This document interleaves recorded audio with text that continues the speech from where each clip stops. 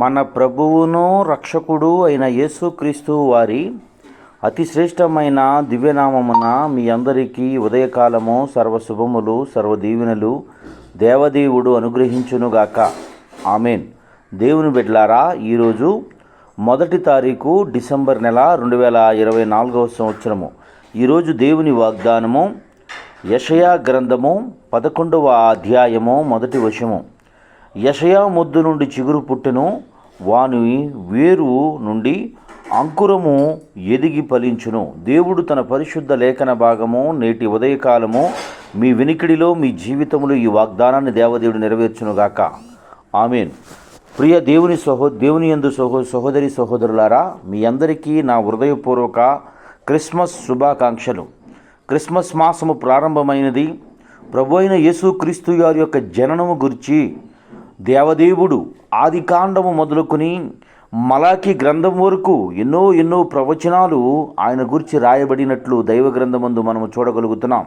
ప్రియ సహోదరి సహోదరులారా, ఈ లోకంలో గనులైన వారు అనేకులు ఉన్నారు, రాజులైన వారు అనేకులు ఉన్నారు, నాయకులు అనేవారు అనేకులు ఈ లోకంలో పుట్టి పెరిగి వారి కార్యాలు ముగించుకుని వెళ్ళారు. ప్రభువైన యేసుక్రీస్తు వారు దేవుడు అనుటకు రుజువు ఏమనగా, ఈ లోకంలోకి వచ్చిన తరువాత వారు కార్యాలను చేసి వెళ్ళిపోయిన తరువాత ఆ రాజులను గురించి, నాయకుల గురించి, లీడర్స్ గురించి, గణులైన వారి గురించి రాయబడినది. కానీ ప్రభు అయిన యేసుక్రీస్తు వారి గూర్చి ఆయన లోకరక్షకుడు అనటానికి రుజువుగా, ఆయన లోకరక్షకుడు అనటానికి రుజువుగా దేవుని బిడలారా ఎప్పుడు రాయబడిందంటే ఆయన జన్మించకముందే రాయబడినది. ఆ యొక్క ప్రవచనమే నేటి దినమందు మీకు నేను తెలియజేస్తున్నాను. ఇక్కడ తెలియజేస్తున్నటువంటి మాట, యెషయా మొద్దు నుండి చిగురు పుట్టును, వాని వేరు నుండి అంకురం ఎదిగి ఫలించును.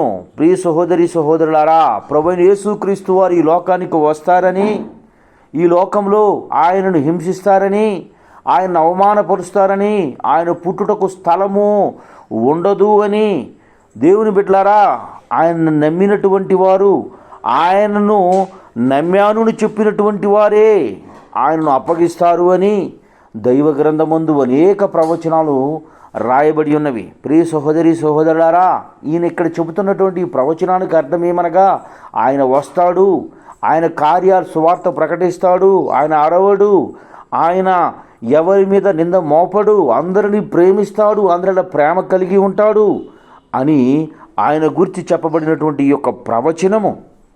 అయితే ఆయనను సిలువ వేస్తారు, ఆయనను మొద్దుగా చేస్తారు, దానిలో నుండి అంకురము సిగురు ఎదిగి ఫలించునని తెలియజేస్తున్నాడు. ప్రియ సహోదరి సహోదరులారా, దేవుని యందు జన్మించి ఉన్నటువంటి మనందరి జీవితము ఒకానొక సమయము ఏదో ఒక సమయంలో మొద్దైపోతుంది.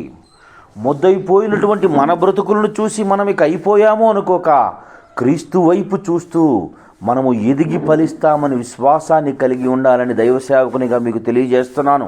ఎందుకనగా ఒకసారి మొలిచినటువంటి మొక్కలో నుండి కొట్టివేయబడితే అది ఎత్తు ఎదగవలసిన అవసరత లేదు. ఆల్రెడీ అన్ని అనుభవాలు తన జీవితంలో ఉన్నాయి గనక చెట్టు దానిలో నుండి వచ్చే సిగురు, చిన్న సిగురుకి మంచి ఫలింపు, మంచి ఫలము వస్తుంది. ప్రియ సహోదరుడా సహోదరి, నేటి జరుగుతున్నటువంటి పరిస్థితుల్లో ఆర్థికపరమైనటువంటి ఇబ్బందులతో ఒకప్పుడు బాగా స్థిరంగా ఉన్నటువంటి వ్యక్తివి ఈరోజు ఆర్థికపరమైన ఇబ్బందులతో కృంగిపోతూ ఉన్నావేమో.